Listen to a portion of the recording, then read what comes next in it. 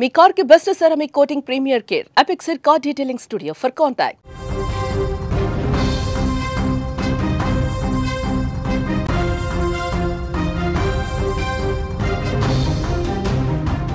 November 10వ తేదీన దేశ రాజధాని ఢిల్లీలో జరిగిన ఆత్మాహుతి దాడి యావత్ భారతావనిని ఉలిక్కి పడేలా చేసింది.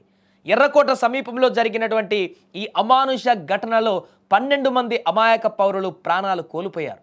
మరో 20 మందికి పైగా తీవ్రంగా గాయపడ్డారు. ఈ దాడికి సంబంధించి ఢిల్లీ పోలీసులు తమ విచారణను వేగవంతం చేశారు. ఈ క్రమంలో పోలీసుల అదుపులో ఉన్నటువంటి అల్ ఫహల్ ఆసుపత్రికి చెందినటువంటి డాక్టర్ షాహిన్ను లోతుగా విచారించారు. దీంట్లో విస్తుపోయే అంశాలు బయటకు వచ్చాయి. విచారణలో డాక్టర్ షాహిన్ వెల్లడించిన విషయాలు షాకింగ్గా మారాయి. ఇప్పుడు భారత్లో ఆత్మాహుతి దాడులను నిర్వహించేందుకు సరిహద్దులు దాటి కుట్రలు జరుగుతున్నట్లుగా తేలింది. ముఖ్యంగా పాకిస్తాన్కు చెందిన జైషే మొహమ్మద్ ఉగ్రవాద సంస్థ ఈ దాడుల వెనుక ఉన్నట్లు మరోసారి స్పష్టమైంది. భారత్లో విధ్వంసం సృష్టించేందుకు జైషే మొహమ్మద్ సంస్థ పాకిస్తాన్లో విరాళాలు సేకరించినట్లుగా షాహిన్ తెలిపింది. ఇందుకు వారు సదా అనే యాప్ను వినియోగించినట్లుగా కూడా గుర్తించారు. ఈ యాప్ ద్వారానే ఉగ్రవాదులకు ఫండింగ్ అందింది. విచారణలో ఈ యాప్ పేరు వినిపించడం పోలీసులను సైతం ఆశ్చర్యపరిచింది. ముఖ్యంగా మరింత మంది ఆత్మాహుతి బాంబర్లను తయారు చేయాలనే లక్ష్యంతో జైషే మొహమ్మద్ పెద్దలు పాకిస్తాన్ ప్రజలకు పిలుపునిచ్చారు. ఈ కుట్రలో భాగస్వామ్యం అయ్యేందుకు ఒక్కొక్కరు సుమారు 20,000 పాకిస్తానీ రూపాయలు విరాళంగా ఇవ్వాలని కూడా కోరారు.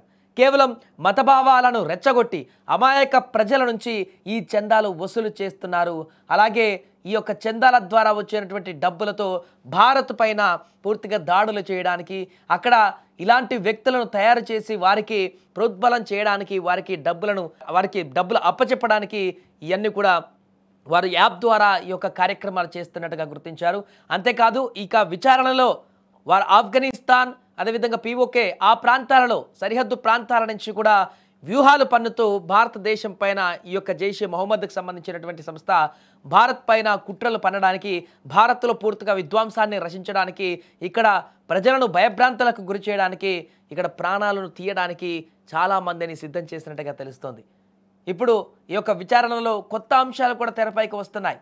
మన ఆపరేషన్ సింధూర్ తర్వాత జైషే మొహమ్మద్ మరింత ఎక్కువగా ఇంకా ఈ యొక్క యాక్టివిటీస్ని పెంచాలని నిర్ణయించుకున్నట్టుగా తెలుస్తుంది. పాకిస్తాన్ ప్రాంతాల నుంచి అక్కడ అమాయక ప్రజలను కూడా తమ వైపు తిప్పుకుంటూ మతభావాలను మరింత ప్రబలింపజేసి వారిలో మత విద్వేషాలను మరింత రగిలించి భారత్ని పూర్తి శత్రుత్వమైనటువంటి దేశం అనేటువంటి విధంగా వారి యొక్క మతభావాలతో ప్రేరేపించి వారిని ఒక బాంబర్ లాగా తయారు చేసేటువంటి విధంగా స్పీచ్లు ప్రసంగాలు ఇస్తూ వారిని మ్యానిపులేట్ చేస్తున్నటువంటి పరిస్థితి ఇప్పుడు అక్కడ హెవీగా కొనసాగుతున్నట్టుగా తెలుస్తుంది పాకిస్తాన్లో. అందుకే ఆత్మాహుతి దాడి చేయడానికి సిద్ధపడేందుకు చాలామంది ఇప్పుడు ఇక్కడికి వచ్చి దొరికిపోతున్నారు. ఇప్పుడు మొన్న జరిగినటువంటి దాడి కంటే ముందు కూడా వీరంతా ఆత్మాహుతి దాడికి సిద్ధమైనట్టుగానే కనపడుతుంది. ఆ యొక్క దాడి తర్వాత, ఎర్రకోట దాడి తర్వాత ఆ వ్యక్తి కంటే ముందు వారందరూ పట్టుపడ్డారు కాబట్టి భారీ విధ్వంసం నుంచి భారత్ తనను తాను కాపాడుకోగలిగింది భద్రతా దళాల అప్రమత్తతతోటి.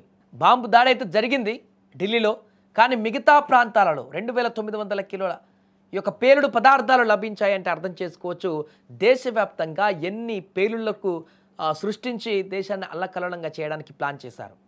బట్ అది ఇక్కడ పూర్తిగా ప్లాను విఫలమైపోయింది. వారి ప్లాన్ని భారత భద్రతా దళాలు విఫలం చేశాయి. కానీ ఇంకా ఇలాంటి చర్యలకు జైషే మొహమ్మద్ పాకిస్తాన్ సపోర్ట్తో ముందుకు రాబోతున్నట్టుగా మనకు స్పష్టంగా కనపడుతుంది. దీనికి సంబంధించి విచారణలో అనేక అంశాలు బయటకు వస్తున్న సందర్భంలో ఇప్పుడు అంతర్జాతీయ సమాజానికి కూడా మరొకసారి భారత్ యొక్క విచారణ తర్వాత పాకిస్తాన్ వైఖరిని ఖచ్చితంగా అంతర్జాతీయ సమాజం ముందు పెట్టేటువంటి అవకాశం కూడా కనపడుతుంది. ఏదైనా కూడా తాజా విచారణలో అక్కడ జైషే మొహమ్మద్ పాకిస్తాన్లో ఎలాంటి వ్యూహాలు పన్నుతుంది భారత్ పైన దాడి చేయడానికి, భారత్లో ఉన్నటువంటి ప్రాంతాలలో పేలుళ్లు సృష్టించేందుకు ఎలాంటి వ్యూహాలు పన్నుతుంది అనేటువంటి అంశాలైతే ఇప్పుడు విస్తుపోయేలా చేస్తున్నాయి.